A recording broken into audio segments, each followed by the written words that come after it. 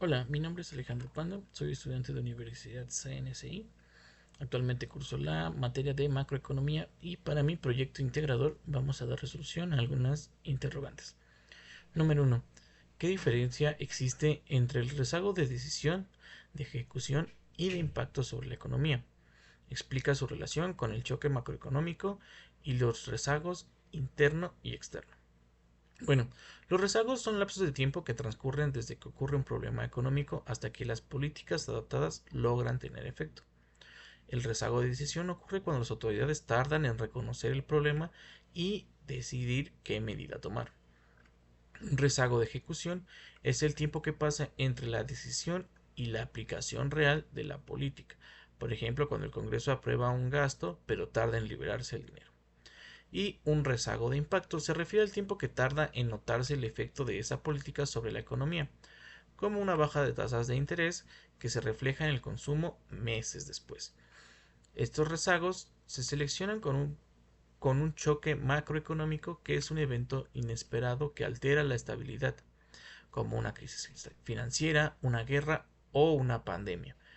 Cuando ocurre un choque, el país se enfrenta a rezagos internos propios de la economía nacional, como políticas fiscales o monetarias lentas, y rezagos externos, que son cuando efectos del entorno internacional, como alzas en los precios del petróleo o cambios de las tasas de Estados Unidos. En palabras simples, los rezagos explican por qué las decisiones del gobierno no tienen efectos inmediatos después de un choque económico. Número 2. ¿Qué es el mercado de divisas? ¿Cuáles son sus características y sus funciones? Bien, el mercado de divisas es el espacio físico o virtual donde se compran y venden monedas extranjeras, como dólares, euros o yenes. En este se determina el tipo de cambio, es decir, el valor que tiene una moneda en relación con otra. Sus características principales son que funciona 24 horas al día porque participa en mercados de todo el mundo. No tiene una ubicación física única. Opera mediante bancos, casas de cambio y plataformas electrónicas. Y es altamente líquido, ya que se realizan millones de transacciones diarias. Sus funciones son facilitar el comercio internacional mediante importaciones y exportaciones, permitir la inversión extranjera y el movimiento de capitales, y servir como mecanismo de ajuste frente a desequilibrios económicos. Por ejemplo, cuando una devaluación encarnece las importaciones, pero impulsa las exportaciones.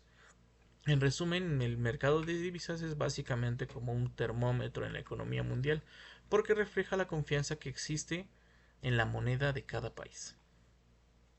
Número 3. ¿Cuáles fueron las crisis financieras que se vivieron en los años 90? Bien, durante la década de 1990 ocurrieron varias crisis financieras internacionales que afectaron a México y otras economías emergentes.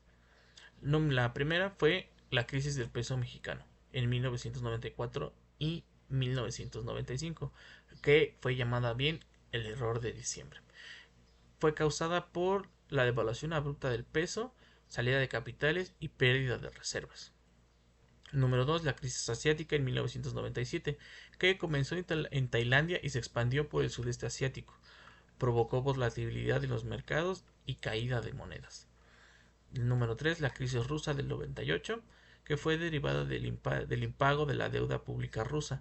Generó desconfianza global e impacto en el precio del petróleo a nivel internacional. Y por último, la crisis brasileña de 1999, ya que Brasil devaluó su moneda, lo que generó inestabilidad en América Latina. Para México la más severa fue la del 94, ya que ocasionó pérdida de empleos, inflación elevada y una concentración del Producto Interno Bruto cerca del 6.5 en 1995. Y por último, incógnita número 4. ¿Recuerdas cómo le afectó a tu familia la crisis del 94 en México? Detalla su experiencia. En la crisis de 1994 mi familia se vio afectada principalmente por el aumento de precios y la pérdida de poder adquisitivo. Mis padres recuerdan que los productos básicos subieron mucho de precio y que el salario ya no alcanzaba igual.